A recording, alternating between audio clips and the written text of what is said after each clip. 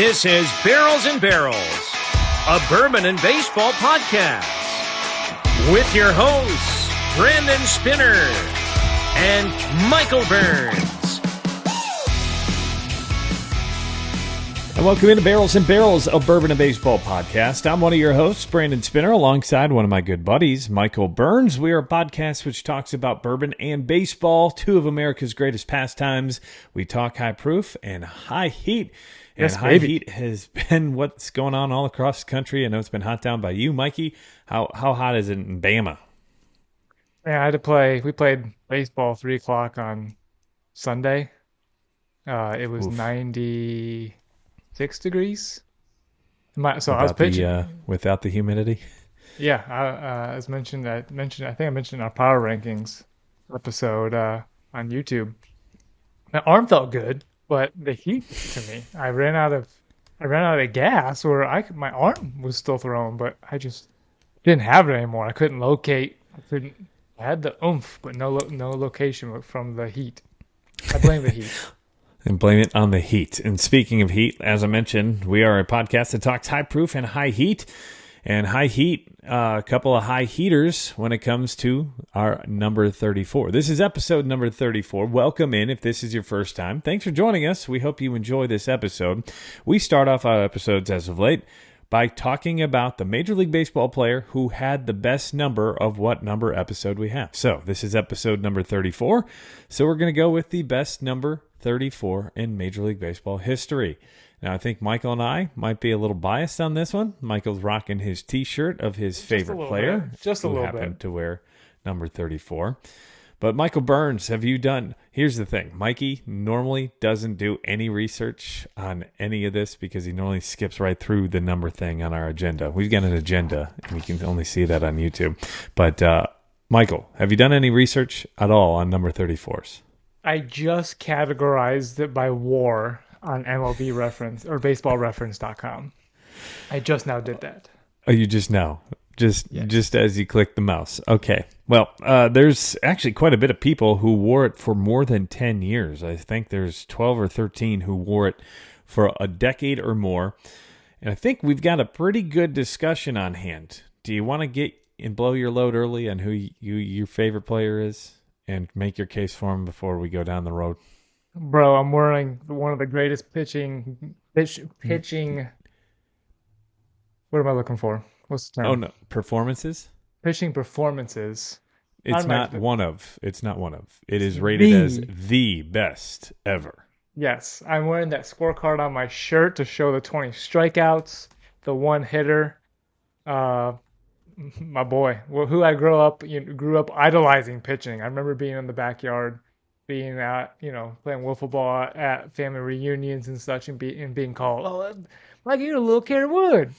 So Kerry Wood, 1998, May 6th, through the 20 strikeout game, one hit, no walks, scored as the best pitching performance ever in Major League Baseball history. He was a great rookie. 34. As a rookie. He wore 34 for a majority of his career. The only time he did not was in 2010 with the New York Yankees. He had a great career as a Cub, 3.67 ERA, but unfortunately, we cannot call him the best number 34. There's a couple other players who wore the number before him for a lot longer and who make this list. I've got Raleigh Finger. Or just more war? Kerry wore it for 14 years. There are 3 players who wore it for 15 and 16 years, and several other players who wore it for 14 years as well with more war. Right. Raleigh okay. Fingers, 16 years. Nolan Ryan, 15 years. Fernando Valenzuela, 15 years. A.J. Burnett, 14 years. Felix Hernandez, 14 years. David Ortiz, 14 years. Paul Splitoroff, 14 years. Sorry, what? And Kerry Wood, 14 years. Paul who? Splitoroff. Splitoroff. I don't know.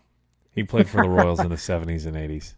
If you haven't ever looked at this on Baseball Reference has all kinds of cool stuff. So just see, that's the list. Do you use the same list, Baseball Reference? Yeah, I use a Baseball Reference and then also Jersey Dispatch. Jersey Dispatch ranks them with their own formula, but I don't believe that their formula is great because if a player played 1 year but had a career WAR of 78.4, it's saying Brooks Robinson is the best 34 ever. He only wore it for 1 year, but they take Gold Gloves way too much into consideration, I think. But it gives you a good justification of some of these guys on the list. I think it's down to probably 4 or 5 players, and that might be the biggest expanded list that we've had here so far. Nolan Ryan, certainly up there, number 34, but he didn't spend his entire career in 34. He wore it in 1966 from 80 through 88 and then 89 through 93 with the Astros and Rangers. So that's the second half of his career. A lot of that statistics, though, his best years came most likely with the California Angels when he was not wearing number 34. He was wearing number 30 at that point in time. Then Kirby Puckett is another one. He wore 34 his entire career, 51.2 WAR. You've got Big Papi, who played with the Red Sox as 34, but in his years with the Twins, when he really wasn't that great, to be honest, he wore number 27. And then Fernando Valenzuela, I can't say that name, Fernando Valenzuela, who was a great Dodger pitcher, pitched with the Orioles as well as the Padres and the Cardinals as number 34. And then Raleigh Fingers is a name. So there's, and even King Felix, his entire career, 49.7 WAR. So I'd say we got 5 different names that we could argue here.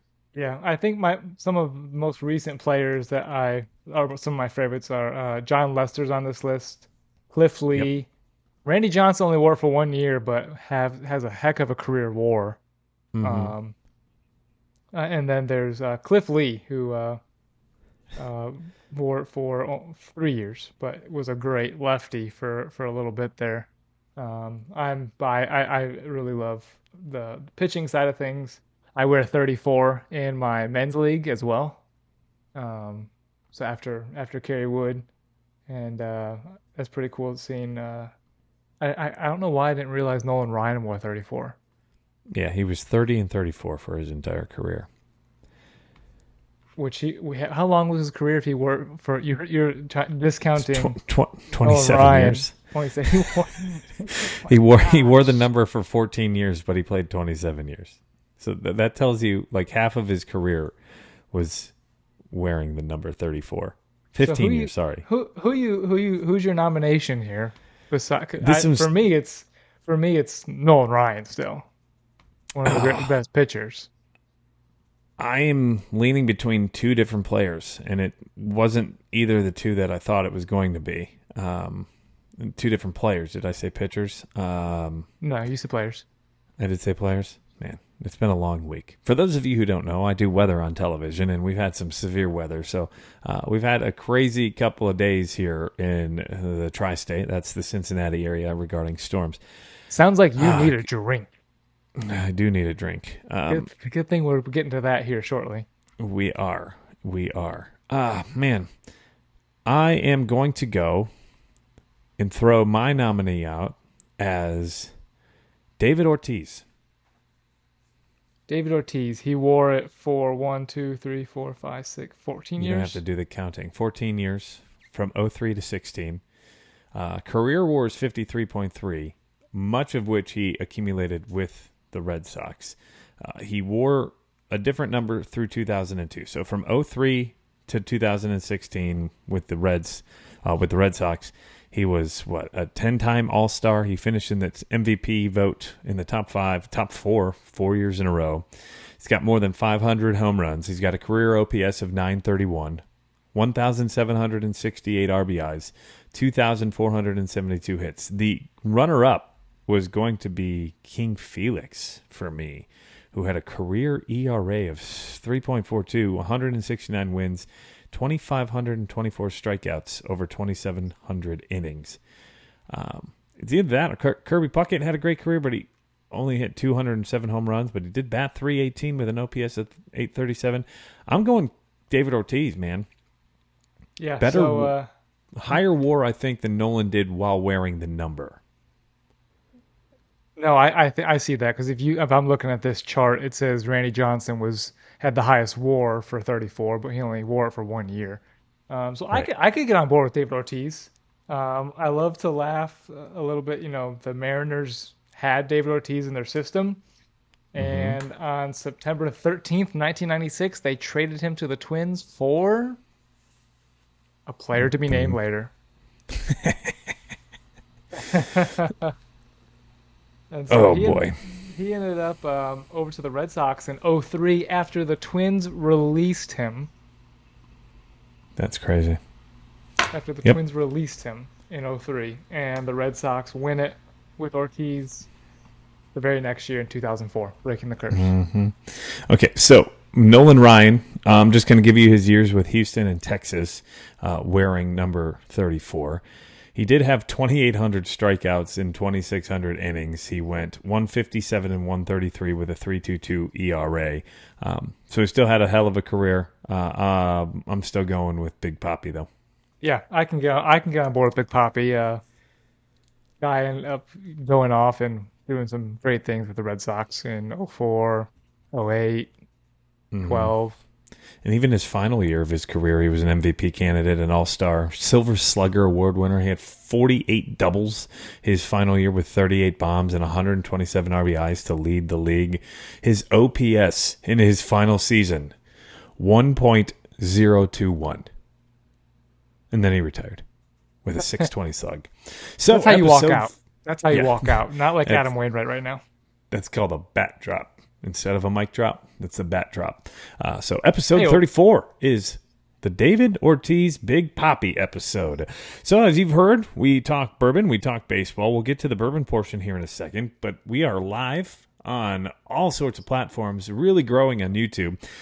Going forward, find some exclusive content on YouTube, our top 10 power rankings, which are now powered by 10th Mountain Whiskey and Spirits Company, and we'll get to them here later on in the show. But go subscribe to our YouTube page at Barrels and Barrels Pod. Coming into this episode, Michael, 446 subscribers. Last week see when it. we recorded, we were at 395. So we've gotten more than 50 subscribers in the last week, less than a week, because we recorded on Wednesday last week. We're So going to go be ahead at on over there. 500 before you know it. Yeah, hopefully we'll be at 500 before the end of the week because of all you beautiful people watching on YouTube right now. Go subscribe to us, Barrels and Barrels on YouTube. We're putting out exclusive content, some videos, some home run highlights, some Shohei Ohtani highlights, and go find us on Instagram as well.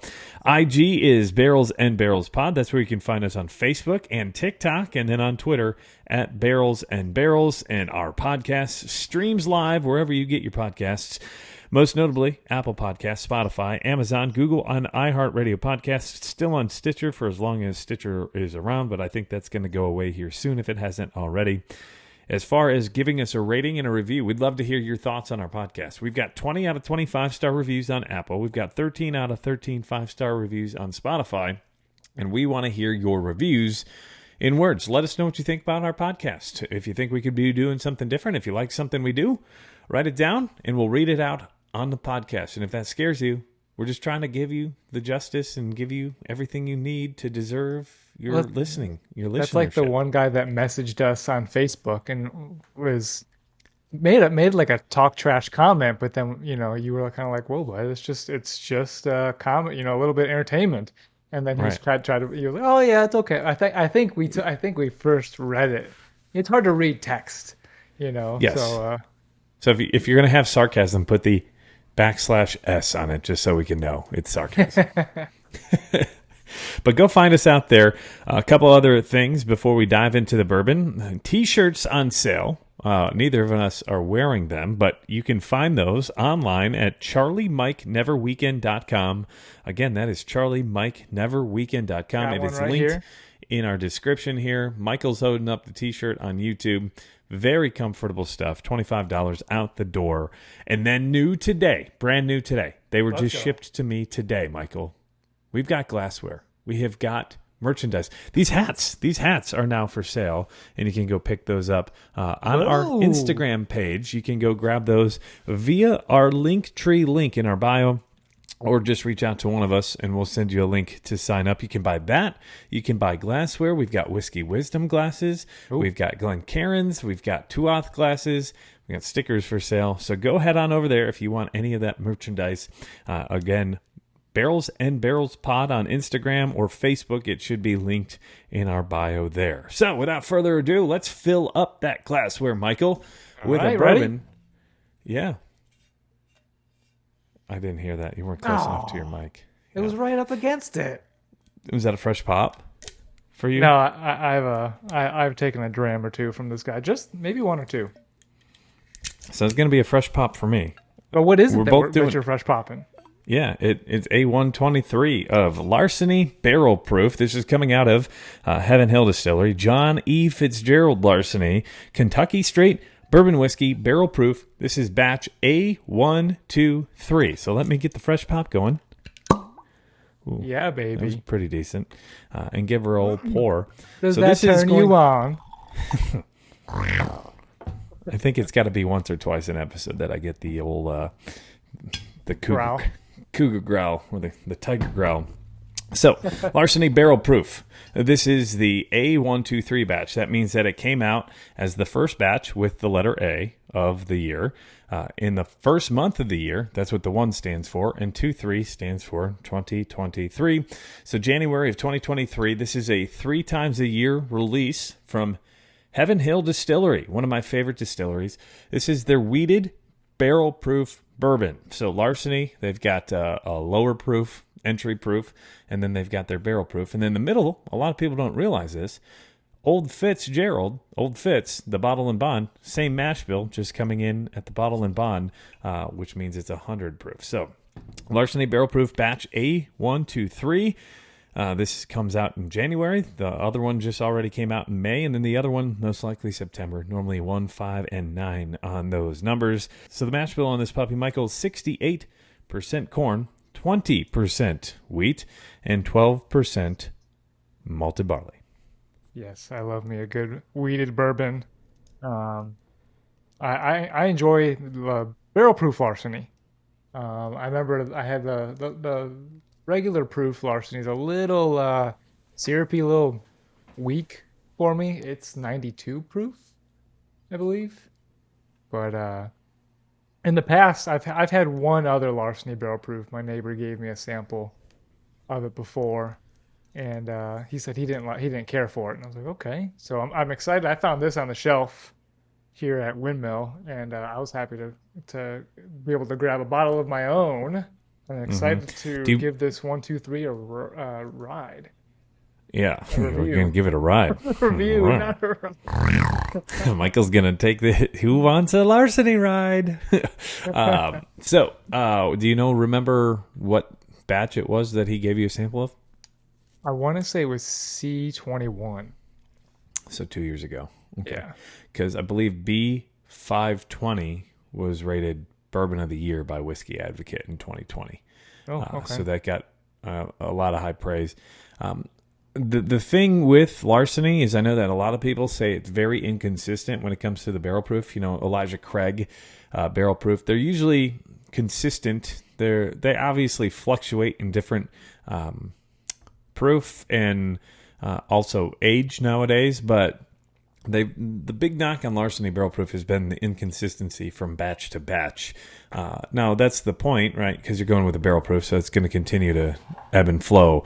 But still, like some batches would be what a lot of people would call trash, and then others would say that some are just like ballers, right? Like to be rated Whiskey of the Year in 2020 means you're doing something right. Right.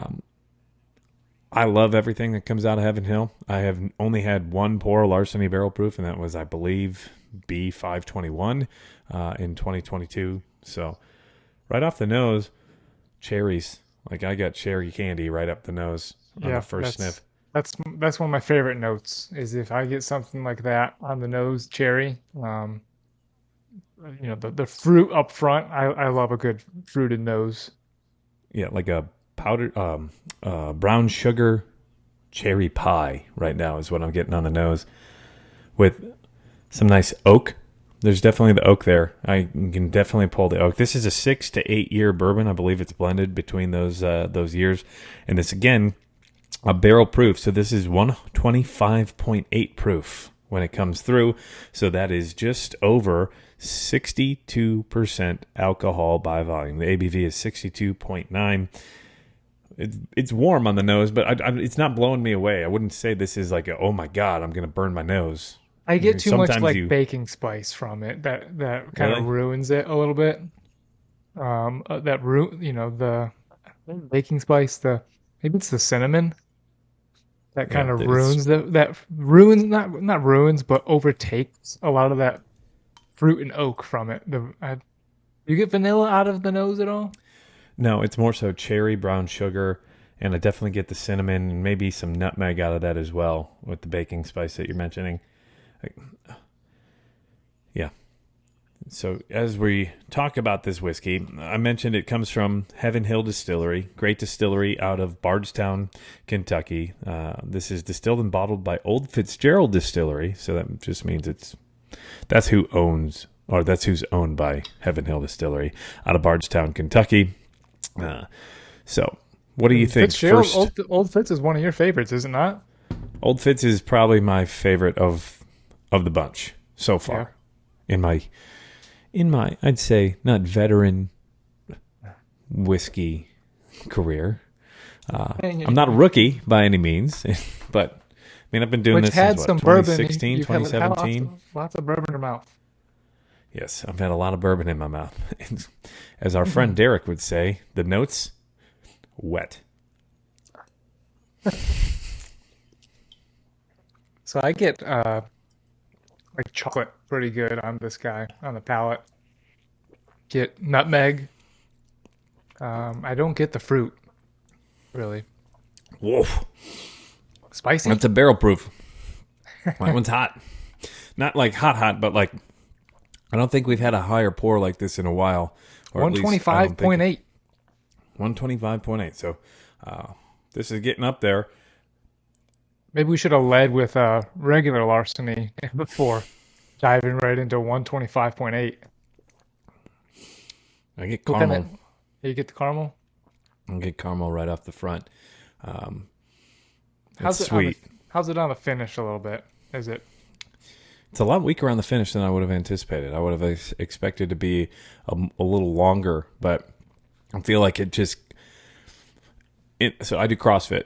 The goal, like the joke is don't come out hot, meaning you start the workout too fast and you spike your heart rate, and then it's all downhill from there and you kind of don't have anything to finish the workout. That's what I would probably say this is similar to, right?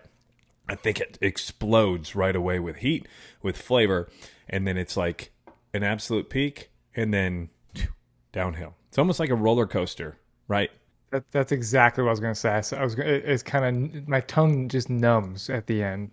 There's not really a lingering flavor, even as I am talking here.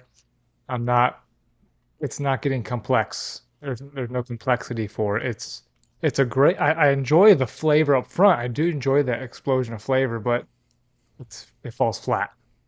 It does exactly what it comes out hot, just like you said.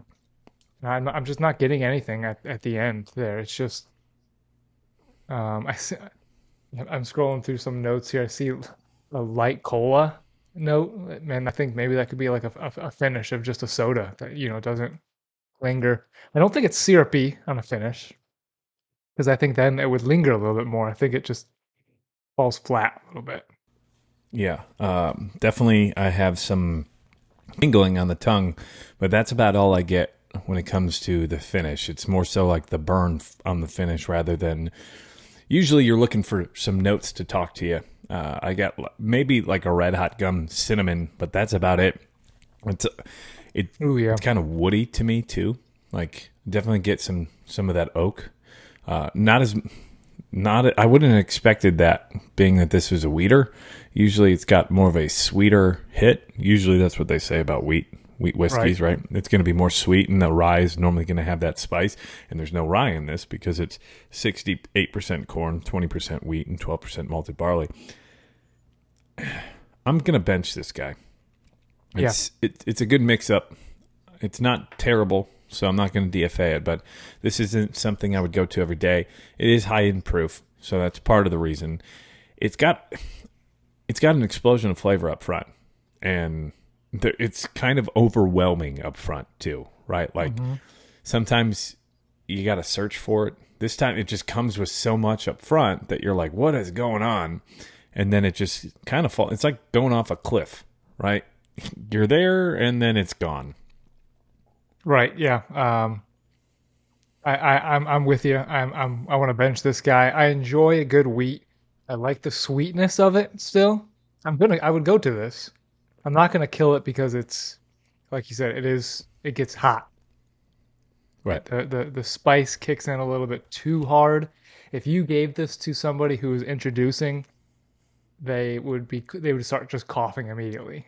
So, someone who was new to the whiskey world, bourbon, this is one that would put, they would be coughing up a storm of, oh my gosh, that burns. This is like Fireball. Yeah.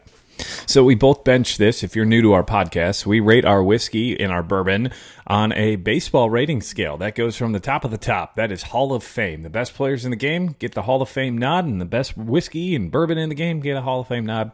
1%ers, we haven't done one yet. So that just shows you how rare a Hall of Famer is. Next on the list is an all-star. Best player on the team, right? Every team has an all-star on the team. Some have more than others, just like your whiskey shelf. Everybody's got a different variety of bourbons or whiskeys on their shelf or at their bar. And that's why we rate them an all-star. Everyday player comes in at third. That's a player that's always in your lineup, right? You can count on them day in and day out. Let's think maybe a Nico Horner, right? Not an all-star yet, but you know that any day he's in the lineup, he can do something good for you. And that's just like a bottle of an everyday player, right? It's always going to be a hitter for you. You're always going to want one on your shelf. Then next is bench. Bench player, that just means that you're coming in the clutch sometimes, right? David Bodie was a bench player. He had one of the biggest hits in Cubs history. Oh, I almost left work for it one time. I was working late, trying to catch up on some hours, get ahead. And I was at work till like 9:30 when usually I only work till about, the latest would be like 5, 6. And I was there at like 9:30. And one monitor I had the Cubs up. I was like, I think I'll leave. They're down. But anyways, not the point. Bench players have their spot. They come in clutch. If you're like for this guy, if I want something sweet, but if it's a maker's mark is at most 110, this guy can come in the clutch for me and give me a nice high proof weeder. Yeah, and then last we mentioned designate for assignment. That means you're kicked off the team. DFA means you're cut. Go find another home. We'll call you Gary Sanchez or whatever other Padres player got DFA'd this week because it seems like there was 2. I think they just sent down Austin Nola to AAA. Rogue Odor. Rougned Odor. Yeah, Rougned Odor just got DFA'd. So DFA means you're cut off the team. Get off my shelf. Get out of here. We don't want you. So before we move on, Michael, I know we both rated this a bench. Do you have any water by you? I do not. No. Okay, I was going to say throw a little drop or two to see if it'll open up because it's a higher proof. Definitely sweeter on the nose. I threw a couple of drops in there. Maybe I have a little remnants of water from washing a glass earlier. I don't think that's going to work, pal. It's a little bit better. Ooh, it coats the mouth a little bit more. And it's crazy how just a couple of drops of water will open things up a little bit within the bourbon and within the whiskey. And I would always recommend, if you don't like something, maybe try to put a drop or 2 of water in it to see if it changes the complexity, changes the flavors to this, maybe even the mouthfeel. I feel like this is a little more of a coating. It's got more of an oil feel to it. It brings the cinnamon down. I did have a couple drops of water out of this blend I washed before the show. Called soap. It's called soap, Michael. Who says I use soap? Oh, well, no wonder why you're always sick. But yeah, it definitely brought the cinnamon spice down a little bit. But still has a bite flavor to it. I wonder if you poured this over rocks, if it would be a little bit better, where you're melting a little bit of water. Yeah, this might be on a rocker. We haven't done one of those yet, where we changed it. Maybe it's like I don't like messing with my bourbon. I like it neat. Don't mess with it. Michael's a bourbon snob. He turns up his pinky and nose to you if you do not drink your bourbon neat. I'm sorry, are you putting ice in there? That's just... Here's my thing. How dare you? Drink your whiskey how you want to drink your whiskey. Oh, wow. Sorry, not to jump in, but I hope you took the over in this Braves-Diamondbacks game. You see the score? No, I'm blacked out here. It's 11-9. Oh, goodness. In the 6th inning. Who pitched? Hopefully it wasn't Strider. No, Michael would be it was real mad. not. It was not. I know it's not. Hopefully it wasn't a I know it's placeholder not. I know it's not. But speaking of baseball, as Michael looks that up, this is a It was Bourbon and not. Baseball podcast. We just did our bourbon portion of the podcast, and we usually use trivia as our buffer in between the bourbon and baseball portion of the podcast. So this week's trivia question, Michael. Ellie De La Cruz just did something that no one's ever done before. He had the fastest assist in the infield the other day. Did you see this? Saw that. I did see that. think it was He kind of 90. needed it too. Yeah, 97.8 mile per hour chuck across the field from the third base hole, shortstop area. So he's the 97? highest and the fastest assist in the infield. Who has the fastest outfield assist ever tracked by StatCast? Ever tracked by, so that means it's this generation. So I believe 2015 is when StatCast started. 2015. Let's go with Ramon Laureano of the Oakland Athletics. That's a deep cut right there. He's got an arm. He's got a cannon. That dude has a cannon. But it was Aaron Hicks for the New York Really? Yankees on 4/20/2016. Do you want to guess how fast the throw was? He didn't hit 104, but he hit 103.1.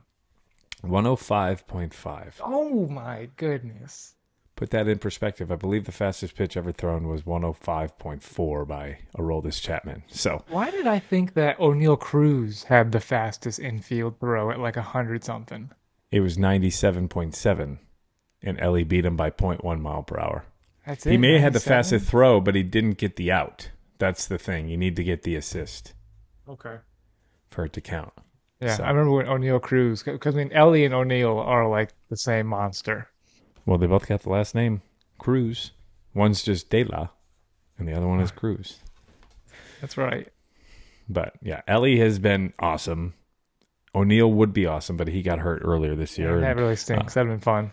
And Aaron Hicks has been awesome since moving over to the Orioles. And did you see when he went back to Yankee Stadium, Yankees fans booed him? Mm-hmm. That's because he had a rough couple of years. Yeah. They gave him a tribute on the screen, and Yankees fans booed him. Rough. Yankees fans gonna Yankees. So you were just talking about the Yankees fans booing Aaron Hicks. Well, the Yankees are on the West Coast right now, facing the Anaheim Angels.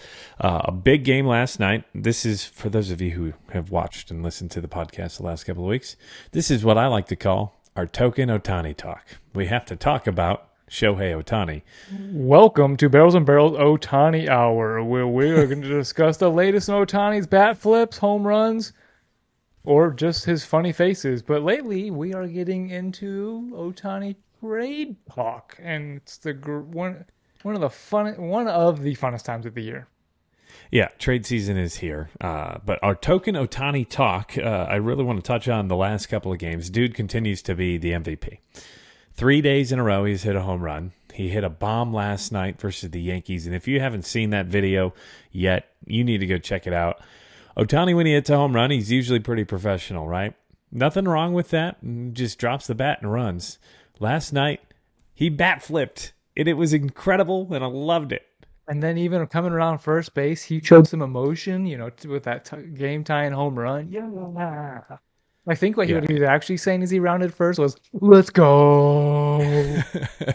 He was channeling his inner Michael Burns, but a big home run to tie the game. The Angels would come back and beat the Yankees. That crowd was electric last night, man. I watched a lot of that game on MLB TV. A very fun game. The Angels, Griffin, I can't remember his last name. Griffin Canning? Griffin Canning. Canning, that's right. 12 strikeouts, his career high. He struck out 10 in his previous career high, so he broke it by 2. The Angels played great baseball the last couple of nights. They almost got the win on Sunday versus the Astros. They're playing better baseball. Remember, they were going into the break terrible, losing Yes. 9 out of their last 10. They, I believe, are 2-2 since then. And hell yeah, Cody Bellinger ties it up. Yeah, No, he yeah. And we'll doesn't. get to Cody Bellinger here in a second. We're watching the Cubs game live. It's now 3-3. The windup and the pitching. Cody Bellinger hits it up the middle towards the second baseman. Second baseman can't handle it as he makes a throw. Overthrows it to first, and here comes Ian Happ to score. Well, and there goes all our Ohtani viewers on YouTube. So we're just going to have to clip that one out. Just kidding. But going forward, Ohtani. So he's homered in 3 straight games. He's now up to 35. That leads the league. At this point, he's on pace for what Aaron Judge did last year. And Aaron Judge hit 62 home runs. And all he did was bat. Ohtani's been pitching. So Ohtani continues to hit home runs. 35, right? He's playing incredible. We asked the question last week. If he were to get traded to an NL team, do you think he still could win the American League MVP? Now we're a week later. What do you think? Absolutely. Guy's got 35 home runs, 75 RBI, 11 steals, and hitting for average. Hitting 306 right now. The guy is just... And then you want to get to his pitching side of things even? That counts towards MVP, and he's 7-5 with 139 strikeouts in 105 innings.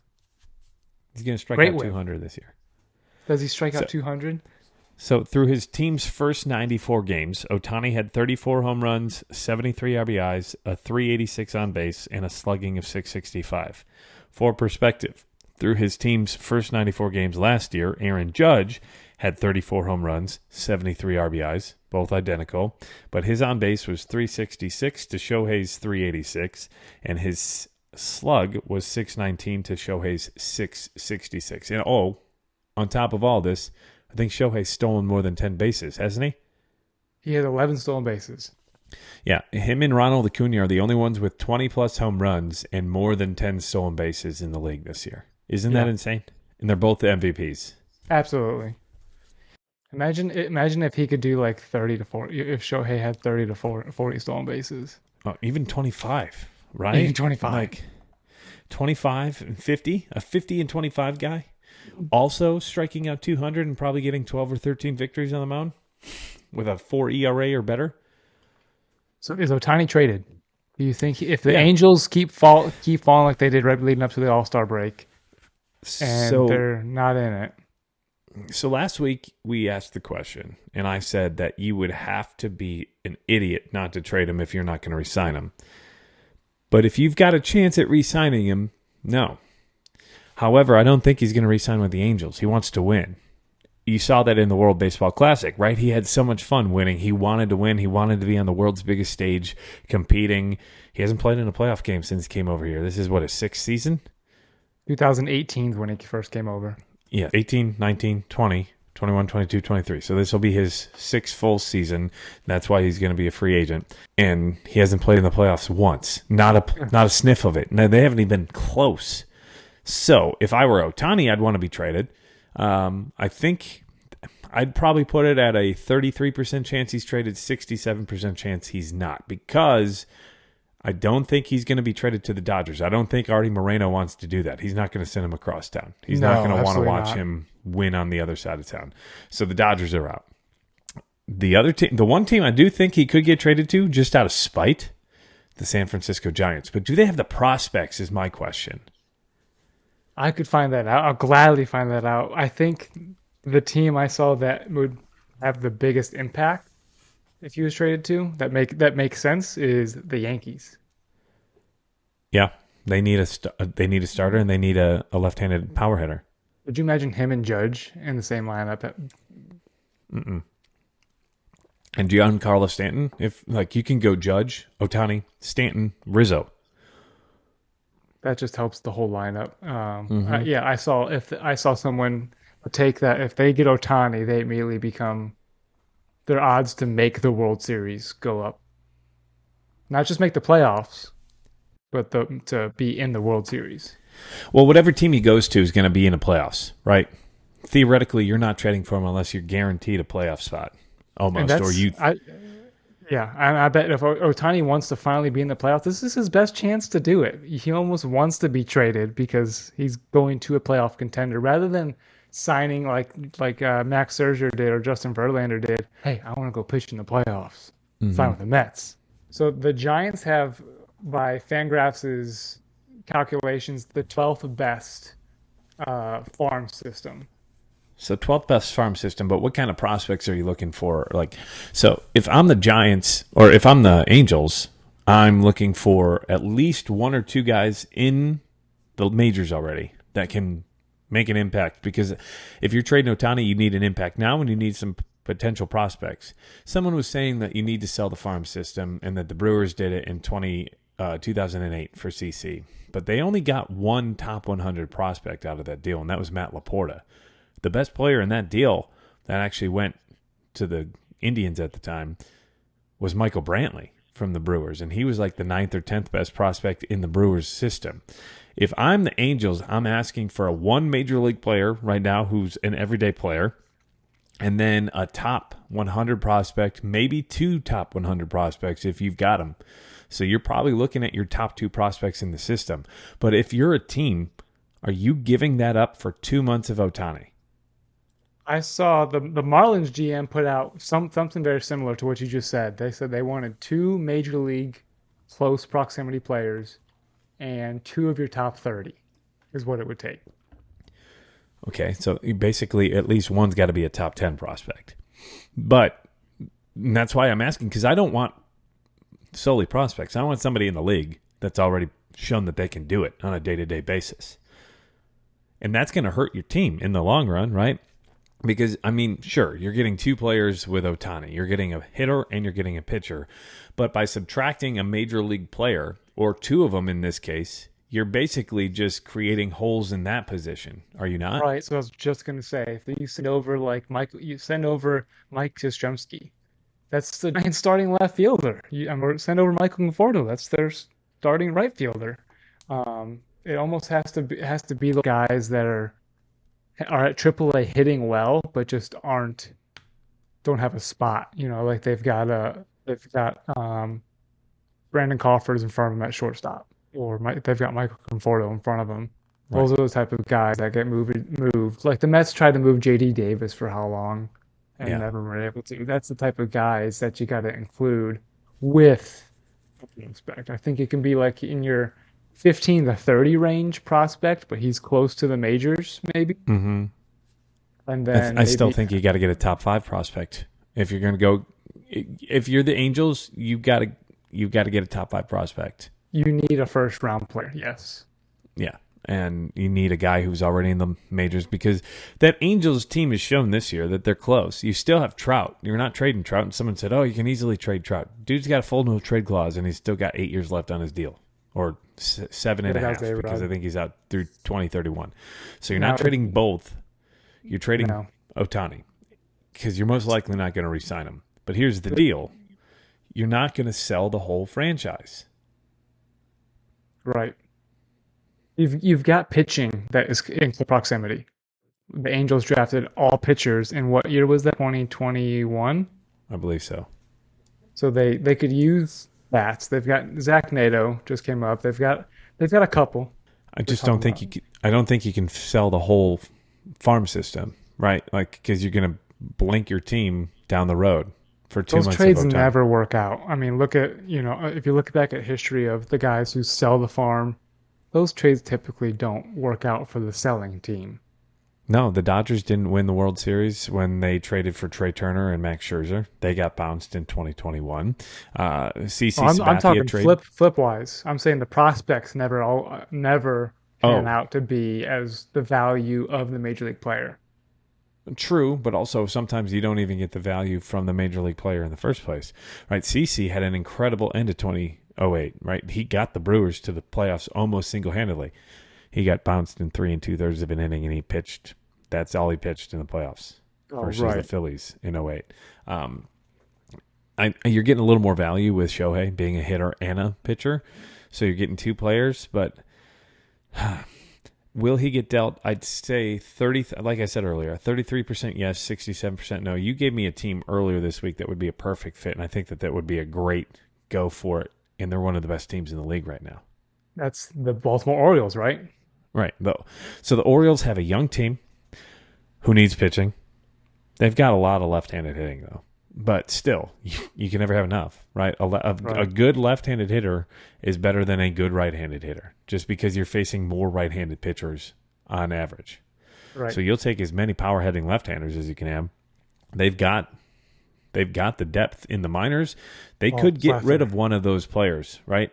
If they needed to, they could get rid of Santander.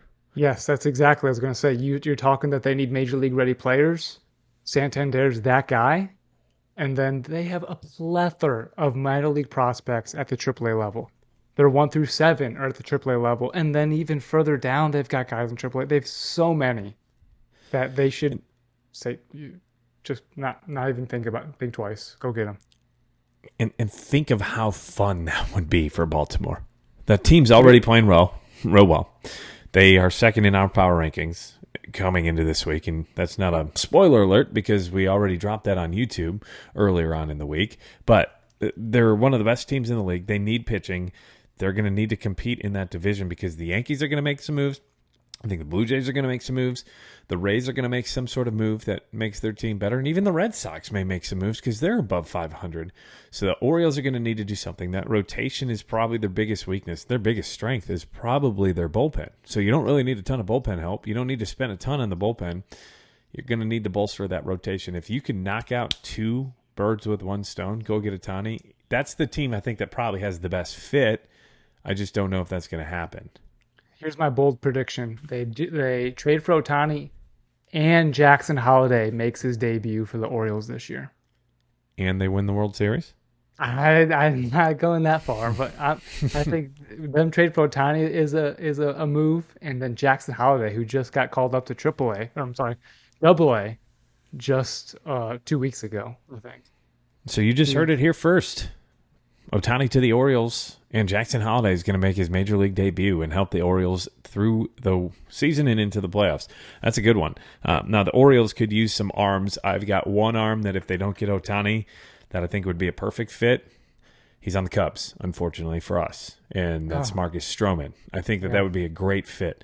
The Cubs could get that AAA depth that you just mentioned, right? 7 players in the high minors that are in their top 7. Their top 7 are in AAA. Other than Jackson, right? Because he's their top prospect and he's in AA. Jackson. So Jackson Holliday, they're not going to get rid of him for Stroman. But you know what they could do? Package Cody Bellinger and Marcus Stroman to the Orioles. That's Ohtani right there, man. Right.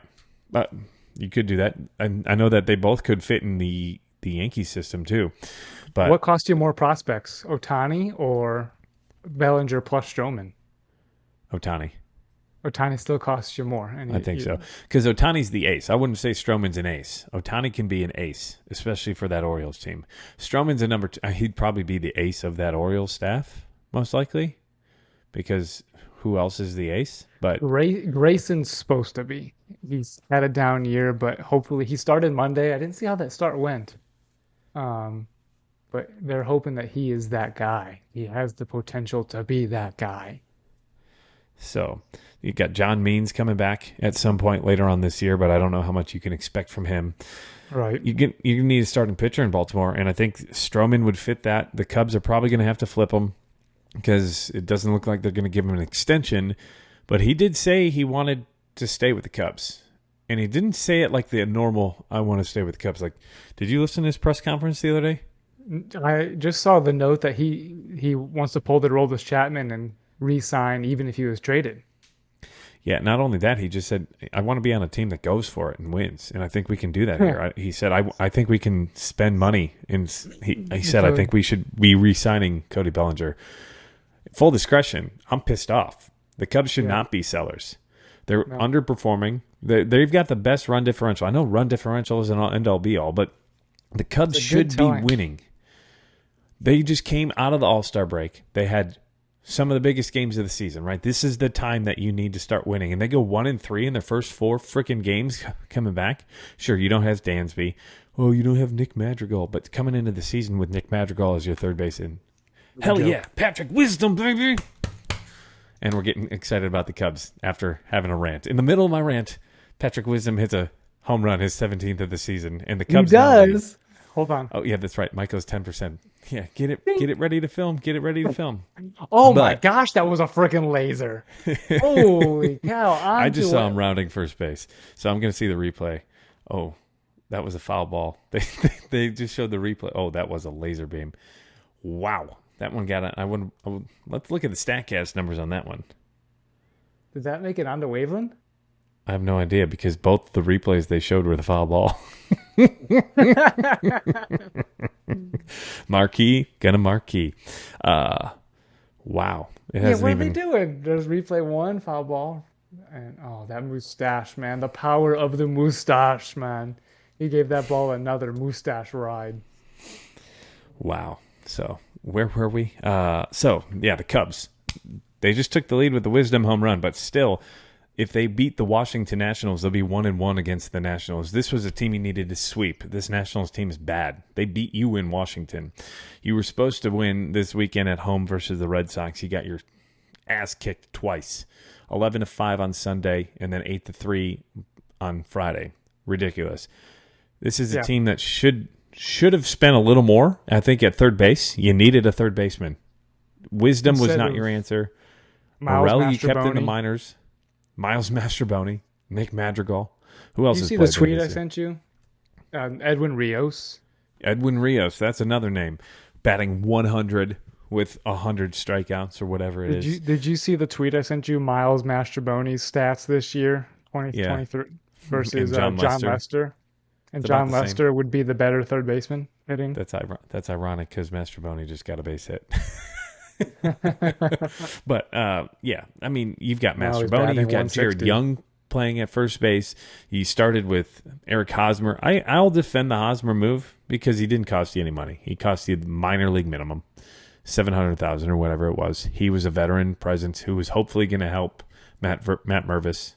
Right. But the Cubs were the third team paying him this year, I think. He was being paid by the Padres, the Red Sox, and then the Cubs all at one time. I don't think the Red Sox paid him because they only paid him a very small amount, I believe. Okay. Because he got cut by the Padres. So the Padres were paying his full $30 million or whatever. So going forward, will the Cubs sell or will they stand pat? What do you think? Unfortunately, I think they're going to sell. I don't think you get much for. You're not going to get major impact guys for Bellinger and Stroman. You're not. It's not going to be guys that are worth it. For Bellinger, left-handed power hitters are always sought after on the market, and you can get a ton on that. And then also Stroman's a number two. Look at what the Minnesota Twins gave up for Tyler Mahle. Tyler Mahle last year, Mahle, whatever the hell his name is. You got two of the Reds' best prospects coming into the season, Spencer Steer and Christian Encarnacion Strand. Those are great names, right? Think about what the Cubs gave up for Rich Harden, Josh Donaldson. There was a comment. Well, there was a comment here on Bleacher Nation. It was, hopefully the Cubs can pick up more studs like Anderson Espinoza, Cody Hewer, Greg Diekman, Miles Mastrobuoni, Bryce Ball, Zach McKinstry, Zach Davies, Sean Newcomb. Someone replied, who said those were studs? But for all of those, you've got Pete Crow Armstrong. You've got players like Palencia. He was a little different. He was injured at the time. Cubs might have stole that one. Right, but still. But at the time, he was single A. That was, 2 years ago? Right, yeah. Owen Cassie and rookie ball. All the guys, they were all more. Ben Brown last year from the Ben Phillies. Brown was probably the best trade they've done. They got a guy who was already in Double A, where most of these other guys you're trading for guys in Single A. And you still Double A is the test. So like you're asking for Ohtani, if you want guys who are more major league ready. Get the quality, not the quantity. Don't say Nico's hurt. Yeah, I see Rossi walking out. So let's move on. So unfortunately, I think the Cubs are going to sell. Obviously, we're weeks away. Here's what I would love to see them do. I would love to see them go out and get a left-handed reliever and go get Jeimer Candelario from the Nationals today. Say, hey, you know what? Today. You walk across the field, and tomorrow you play for us for 2 weeks. You're not going home. If it doesn't work for 2 weeks, then you can sell. But make the effort to try And then if it doesn't work out, you still have time. You've got 2 weeks. 2 weeks to make a move. You've got a soft schedule over the next 2 weeks. You've got the Cardinals who are in dead last. You've got the Cardinals again who are in dead last for 2 4-game series. You got the White Sox for 2, and they're trash. And then you play the Reds who are reeling right now, and they can't pitch. They don't have any starting pitching. Andrew Abbott, that's it. Yep. And why have Jan Gomes DH when we could have Patrick Wisdom DH with Candelario at third base? And Jan Gomes can be your catcher who seemingly continues to win. What I thought it was like 26-19 or whatever it is when he starts behind the plate. Why isn't he doing that more? Did you see that the Cubs traded back for PJ Higgins? Yeah, but he's in the minors, AAA. I know, but now that means that they can cut Barnhart. True. Who's struggling, and now they can. That opens up a 40-man spot. Yeah. So maybe there's something, some thought that I got a little heated. I still think you need to go get someone. Third base, Candelario. Go get him. What? He's not going to cost you much. He's making $3.5 million for the season. So at this point, it's 1.5. The Nationals, he's going to be a free agent at the end of the season. Go get him. Send him Caleb Killian. That's probably what it costs. Maybe even less than that, because Killian still has upside. Right. It may be a change of scenery, but yeah, go give him Caleb Killian. As we're saying this, the Cubs just took the 5-3 lead over the Nationals in the bottom of the 7th, so hopefully that does it, and maybe they start rolling. Speaking of rolling, the Mets and the White Sox at 11-9, the Atlanta Braves and the Arizona Diamondbacks is 13-13. Did anybody remember to pitch today? I think it's Juice Ball Era night at the MLB ballparks. It might be. Lucas Giolito started for the White Sox. I think he's on the move. He has another name that I think the Orioles could go after. He's not going to cost a ton. Giolito, a free agent at the end of the season. Another name floated around. Did you see Dylan Cease? The Astros are kind of trying to pump the tires on that one. I don't know if you're a White Sox. If you're a White Sox fan and they trade Dylan Cease, you might as well find another team. Yeah, I've seen even both Eloy and Robert as trade, people who've been scouted for them. I don't think Luis is going to be traded. That's the one untouchable on the White Sox. Luis Robert, that's the one guy you don't trade. You trade anybody else. Lance Lynn, gone. Lucas Giolito, gone. Eloy, he can't stay on the field. Yohan Moncada, sure, take him for a bag of balls. Yasmani Grandal, I don't know what he's got, but get him out of here. But the White Sox, they're going to sell. They have to. They're 20 games or whatever below 500. Whew, man. This White Sox and Cubs teams are making me angry, and I'm not even a White Sox fan. But they both should be in first place. They both have the talent. Especially with this division. Both these divisions are trash, and you're underachieving. You're underperforming because you didn't do enough in the offseason. The White Sox didn't do enough. The Cubs didn't do enough. It's ridiculous. Hey, here's to the next 2 weeks. You've got the third biggest market in baseball. New York and LA, and then Chicago. TV market, DMA, whatever you want to call it. Third biggest market, and these two teams couldn't spend more this offseason. The White Sox gave Andrew Benintendi the highest contract ever in freaking franchise history at $75 million. That's disgusting. That's crazy. That's stupid. I've never seen a single highlight of that guy this year. It's because he's got one home run. He's getting on. I remember when he was drafted, the Cubs were like, "Oh, we really wanted Benintendi." Instead, we took Hap, and he worked out pretty good. He's up now. I'd take Hap over Benintendi's career. Yeah, Benintendi had his rookie year that looked like he was going to do well, and Hap is kind of the reverse. He didn't. Right. He kind of was rushed, didn't get the playing time for the first so many years, and now the dude's a above average regular. Austin Riley hit another home run and went 438 feet. Goodness gracious. And Ian Happ just gave the Cubs a 6-3 lead. So, moving on. So, I talked about Giolito, talked about Dylan Cease. Another team that's going to sell, they're going to have to, the St. Louis Cardinals. They've got a lot of names that they could sell. I've seen Donovan. I've seen Paul Goldschmidt. I've seen Paul DeJong. I've also seen Nolan Arenado. Of the two big ones, I wanted to do this. Let's go back a second. We talked about this earlier. Stroman, Bellinger, most likely to go. But if you had to choose one of the two, who would you choose? To keep? I want Bellinger to keep. I think I told you Stroman just doesn't have the physicality, the physical attributes to be the guy who can age and continue to throw it down the throat. Yeah, but for the most part, he's been relatively healthy. Last year, he had a rough year. He sat out the COVID season, and I think he had a knee thing or something like that with Toronto. Other than that, he's been healthy. He takes care of his body. The thing I'm scared about is the Cubs' pitching depth. You've got Kyle Hendricks, who has an opt-out after this year. You can get rid of him. Not that they will, but still. Justin Steele, sure. Then from there, you got Drew Smyly on a player option. I think he's gone. He could be traded too. On top of that, you've got Hayden Wesneski. What happened to Keegan Thompson? Dude sucks this year.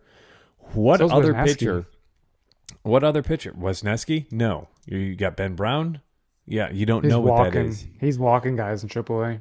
Cade Horton? You don't know what you got there. Sure, he has the potential to be a top 2 in your rotation. Also, you've got Jordan Wicks, but those are all unknowns. You know what you got with Stroman. You've got PCA coming up. You got Mervis coming up, hopefully. I know that those are still prospects, but they're higher-level prospects who have shown it more than the other pitchers have. I'd love Cody. I want them both. But if I had to choose one, I think I'm going Stro because it's hard to find starting pitching in this day and age. Right. Now, how about this? The Cubs send Mervis and over to get Ohtani. I don't want the Cubs trading for Ohtani. Nope. No, they'll sign him in the offseason instead. Jason Hayward's going off the books. Well, that's another thing. Jason Hayward's off the books. You're going to probably lose Stroman. There's another $25 million. So between those two, there's $40 million. That's half of Ohtani's contract right there. And he's half of Ohtani's contract? You think that he's getting 70? He's going to get 65, 70 a year. Dang.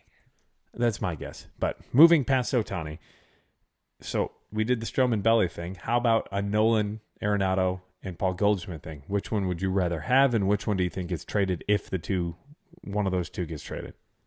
Paul's older than Nolan, isn't he? Yeah, a little bit. And he's only got a year and a half left on his deal. Oh, so he's not a free agent after this year? Mm-mm. Oh, I was thinking Goldie was a free agent this year, and that's why he was so, No, he's got 1 year after this year. He is a free agent in 2025, so he's got all of 2024 left. He's making $22 million both years and a $4 million signing bonus, so he's making $26 million a year. I think I'd rather hold on to Nolan. I feel like third base is just tough to find that prototypical power hitting third baseman who plays platinum type defense. Yeah, so Goldschmidt's about to be 36. Nolan is 32.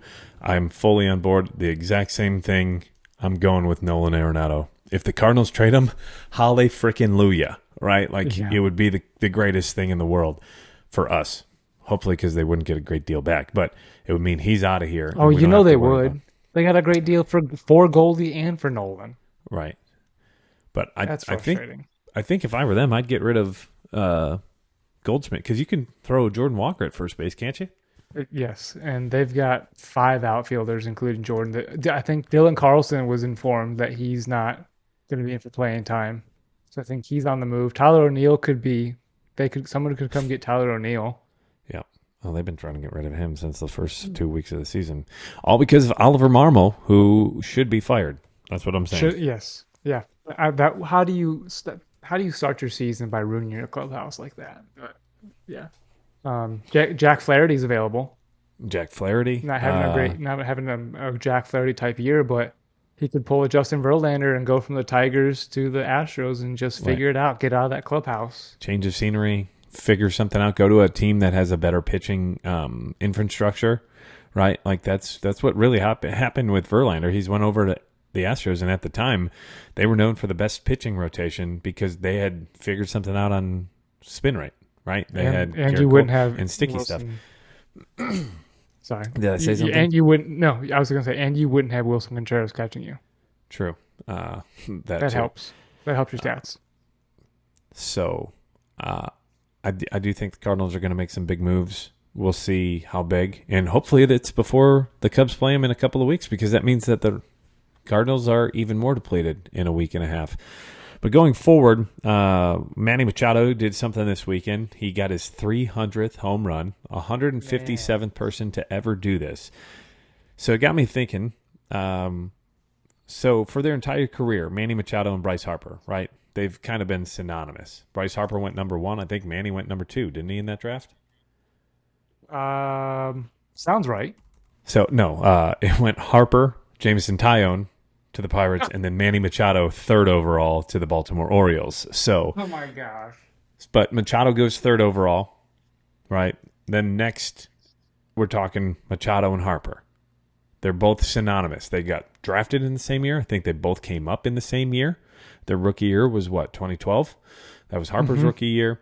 I think Manny Machado started his season in, 2012 is when he got called up on August 9th that season. So a little bit later for Harper. He's got more home runs than Harper. I believe he's got a higher average than Harper. Which of the two would you rather have right now? If you had to start a team and you had to pick one of the other, Bryce Harper or Manny Machado, which are you picking? I still want to go Bryce Harper. Bryce Harper puts up, I think, better MVP type seasons. I'm going for the higher. I think Harper has the higher ceiling. I think Machado might have the lower floor. It's hard to say because Harper, I think, is not full strength this year. I think he's down. Machado was not having a great year to start this year, even though he is at blistering hot to start July. Blistering Just hit hot. another home run tonight. If you look at his past 50 plate appearances, for advanced stats metrics, his xWOBA is, MVP type, above league average. Dude is actually absolutely killing the ball. So how about you, Machado or Bryce Harper, to start your franchise right now? You're an expansion team for Nashville. You get to draft Harper, Machado. So they're both about the same age, I think. They're both, 31? Bryce 30. will be 31 here in a month or so, and Machado's 31. Already 31. So they're the same age. They both got drafted in the same year. I'm going Manny Machado. For the same reasons we just talked about third baseman and Arenado? Yeah. Third baseman, he can play shortstop if you need him to. He can DH. He's got a cannon. By WAR in their career, did you know Manny's got 7 higher or 10 more WAR than Bryce in his career? Manny is 53.9. Bryce is 43.6. They have just about the same amount of hits. Manny's actually higher at 1676. Bryce is at 1446. Manny has more home runs by 11. Bryce has a higher batting average. Bryce is 281. Manny, 280. And 280 is the new 300. Right. The OPS plus is in favor of Bryce Harper. The slug is in favor of Bryce Harper, but not by much. 519 to 491. I'd take that. Now, Bryce's on-base percentage blows Manny's out of the water. 390 to 340. He walks. Bryce walks in the 91st percentile compared to Machado's 38. But I still think that when it comes to defense, Bryce doesn't give you much, especially after getting hurt. True. Especially after getting hurt. And even when he was in the outfield, it wasn't like he's got a cannon, right? But he can't make as much of a difference in right field as Manny can day in and day out at third base. I would actually I love Bryce Harper, but I would actually take Manny Machado of the two of them, which I never thought I was going to say. You're making actually absolute great points. Defense, the fact that he can play shortstop for you, if he needed to. I think you can go find a more defensive guy who's younger than Machado to play shortstop, but he can do it. Right. The guy played shortstop until he was traded to the Dodgers. Right. Did he always play third base for the Orioles? No, he played shortstop for a majority of his career with the Orioles. Right. And I think at times they asked him to play. He came up as a third baseman, then played shortstop. Oh no, you're right. He played third baseman a majority of his career in Baltimore. I thought whenever he was a free agent, he wanted to go somewhere to be in play shortstop, and then the Dodgers said, "Oh yeah, well here's this paycheck, here's this check. What you say now?" And he said, "Okay, I'll play third base." So he predominantly played third base, according to Baseball Reference. 156 games at third base in 2017. In 2018, he played 96 games at short for Baltimore. He only played shortstop that year. Got traded to L.A., played shortstop for 51 games, and played third base for 16 games. And since then, he's primarily played third base. He's only played for the Padres at shortstop 37 times, and that was only in 2019. Every year since then, it's either been DH or third base. So, Yeah. and still a great third baseman, a Gold Glove third baseman, I believe. Gold Glove third baseman multiple occasions, 3 times. Oh, he's always making the highlight reel. He's been a top 5 MVP vote 4 times. He's been a top 10 MVP vote 10 times. He's won multiple Gold Gloves. I would take Manny. Yeah, you almost have me switching over and saying that I would take Manny. I never thought I'd say that, to be honest. I love Bryce. Yeah, right. I wish the Cubs would have signed Bryce when the Phillies did. Yep. So we won't get into the next topic I have on the agenda because I do think that that's going to be a little bit more of a debate, and we can push that to next week. It does talk about shortstops in this past offseason. I do want to get to Adley Rutchman. He's the catcher for the Baltimore Orioles. I don't think he's as widely known as he should be through the league because he's not a big personality.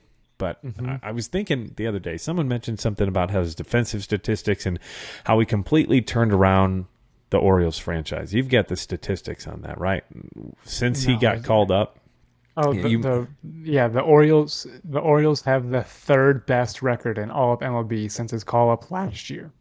Yeah, and before that, they were like 100 games under 500 in the previous 3 years or something along those lines? Right. So, as a catcher, he has 2 pass balls in his career, and that was last year. He has not allowed a pass ball at all this year. So, defensively, great. He was a top 12 MVP vote last year as a rookie. So, you're starting the Nashville team. Would you choose him over Machado? Yeah, because he's younger. He's 25. Yeah, I mean that's a factor. I mean, right? We're talking about right now, Machado or Adley to start your franchise. Adley, because he can control your pitching staff, right? That's important. Look at Wilson Contreras. We saw it, as we saw it with Wilson. Yep. Look at Wilson Contreras, and then look at Adley. This pitching staff in Baltimore, we both talk about it. That's their one need, right? Is they need starting pitching. Yet somehow he's getting them to overperform. But Adley, to me, what made it jump out is so he basically, you could say him getting called up turned around that Baltimore Orioles franchise, right?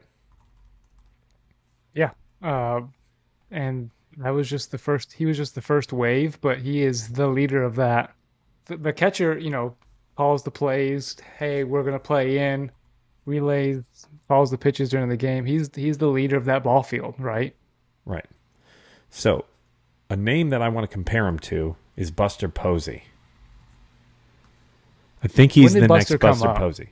Buster came up in 2009. Previously that year. Gosh. Yeah. So he came up in 2009. He came up in 2009.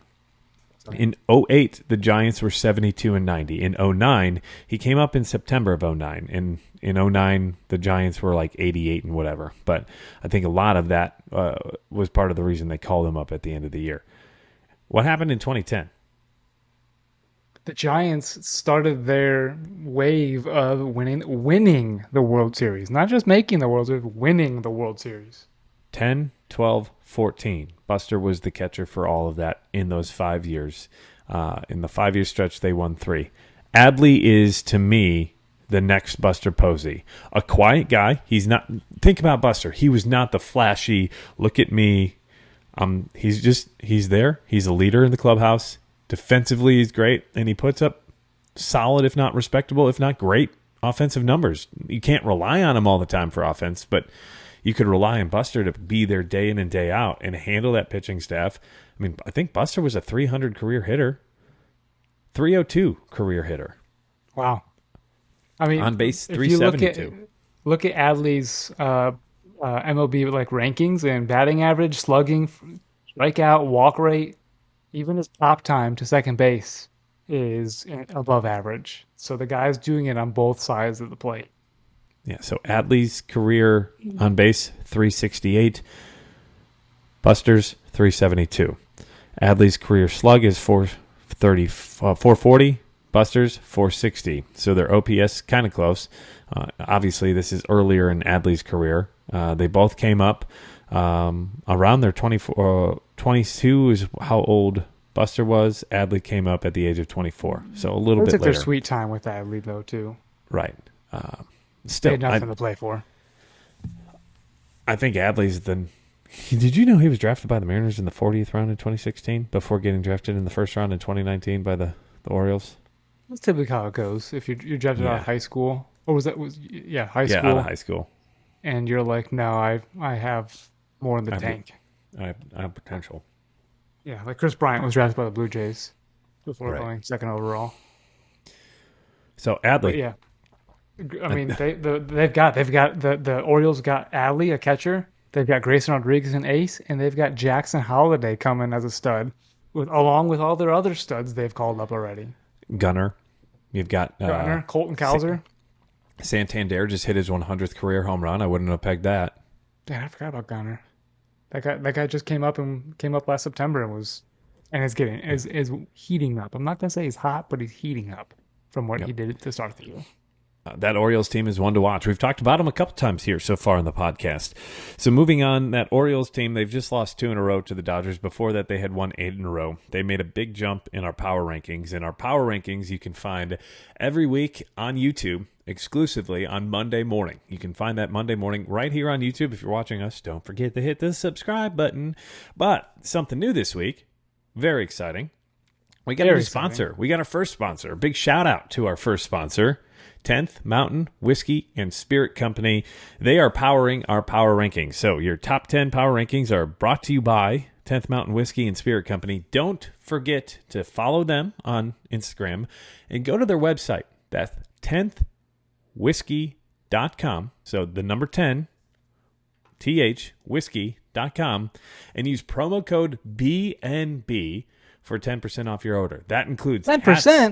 Yeah, 10%. Hats, whiskey, any mixers they've got in there. They've got a bunch of cool stuff, so go check them out.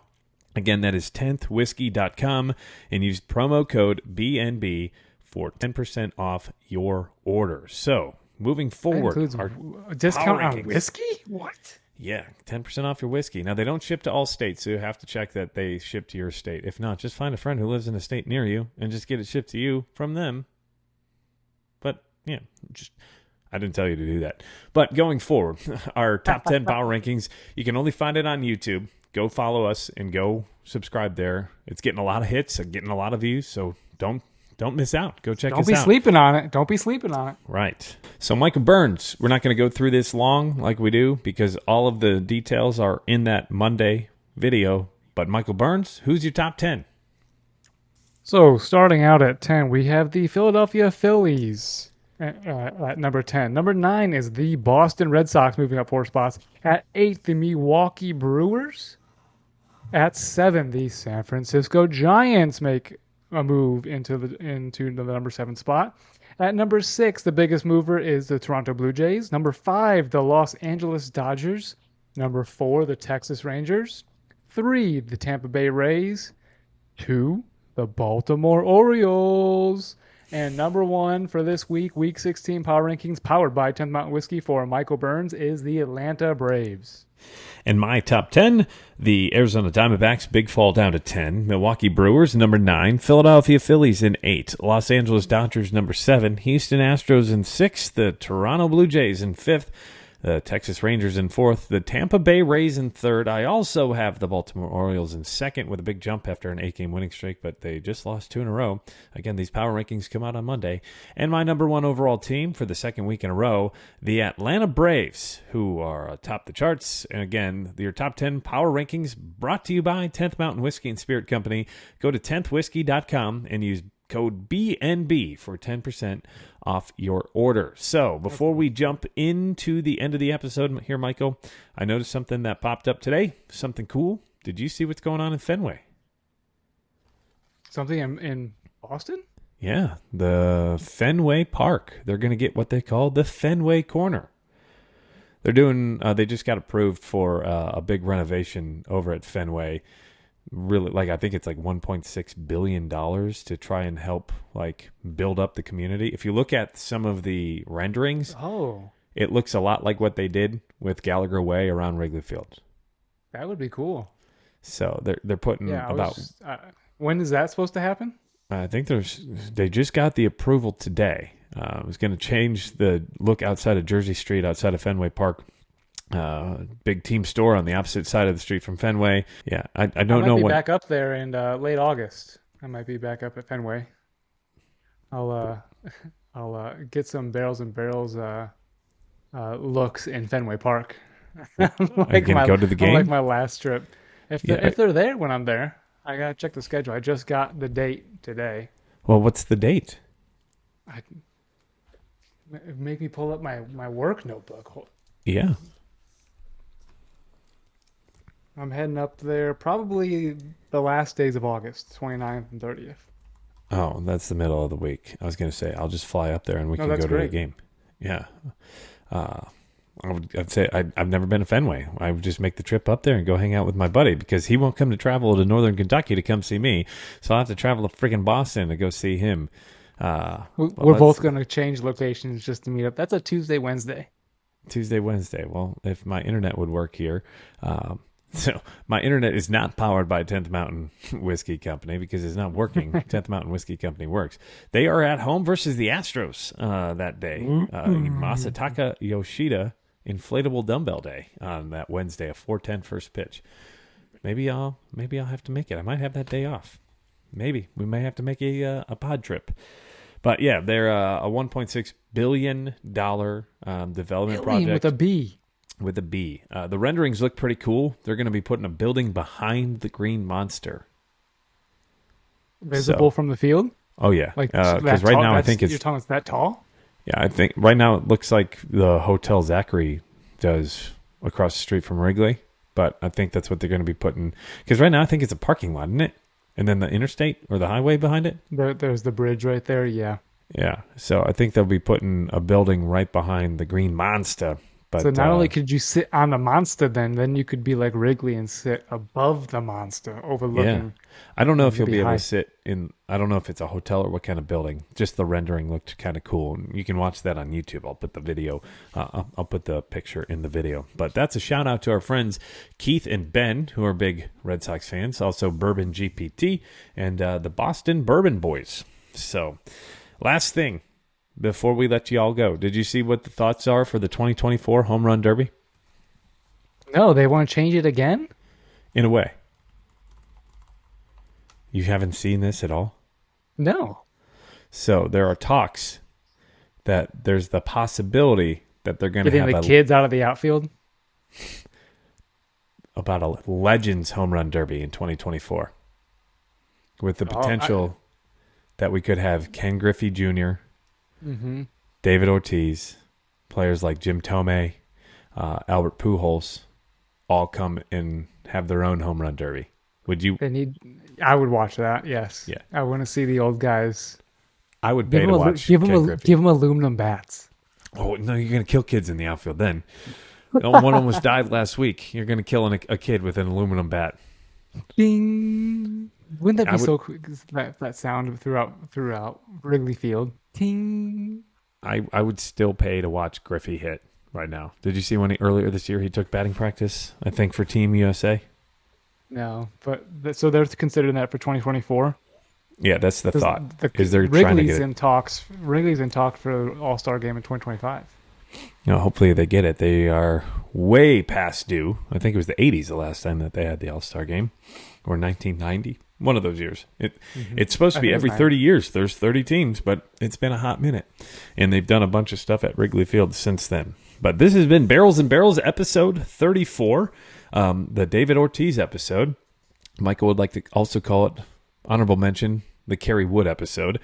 And Kerry Wood holds a soft spot in my heart as well. He was one of my favorite players growing up with the Cubs. He was my computer background for like 8 years. Him holding his kid, Julian, I think, is his kid's name, when he had his final game when Julian ran out onto the field at the end of the game. But I cried too. 2012, I believe. Was it 2012? I think that was his final season. Yeah. and it was mid-game, pulled against the White Sox. But Kerry Wood is always going to be a close spot in our hearts. Shout out to Kerry Wood. Thank you for everything you did. And thank you to all our listeners as well. You've made it about an hour and a half again into our episode of Barrels and Barrels, a Bourbon and Baseball podcast. Coming up, you'll be able to listen to more interviews. We've got more interviews coming down the pike. Some really cool people we're talking to. So look out for those. We'll have more bourbon and whiskey reviews. And at some point, we'll talk about Bourbon 101. And at some point, you'll get to know Brian. At some point, you're going to get to know Michael and myself because we're going to finally do an introduction episode, almost a year into the whole damn thing. Going forward, So don't forget to follow us here on YouTube. Hit the subscribe button below if you haven't done that already, or go head on over to YouTube at Barrels and Barrels Pod. We're almost to 500 subscribers. That's a big milestone on YouTube. Instagram at Barrels and Barrels Pod, Twitter at Barrels and Barrels, Facebook at Barrels and Barrels Pod, TikTok at Barrels and Barrels Pod, and email us at barrelsandbarrels@gmail.com. Don't forget to go put in your merchandise order. We've got Glencairns, we've got Wisdom glasses, we've got 2-ounce glasses. These hats are now for sale, $35 a hat, and then you get to pay for shipping, and then it's right to your door, and you might be able to just get a Glencairn with it at the same time. So go put in that order, go to our Instagram page, and go click on the link there. That has been episode 34, Barrels and Barrels, of Bourbon and Baseball podcast, and you can always find us on Spotify, Apple, Stitcher, Amazon, Google, and iHeartRadio podcasts. Don't forget to review us. If you do leave a review, we will give you a shout out on the episode and read it out loud. Michael Burns, episode 34. A blast, man. We got heated. We talked baseball. We talked bourbon, Larceny barrel proof. The more I'm sipping on it, the more I like it. Maybe it just needs to open up a little more. But what are your thoughts on episode 34? Yeah, maybe we don't start with 125 proof as our first glass of the night. Maybe we build up with a glass or two before that. But I just want to close out with 2 words, Brandon. Yeah. Let's go.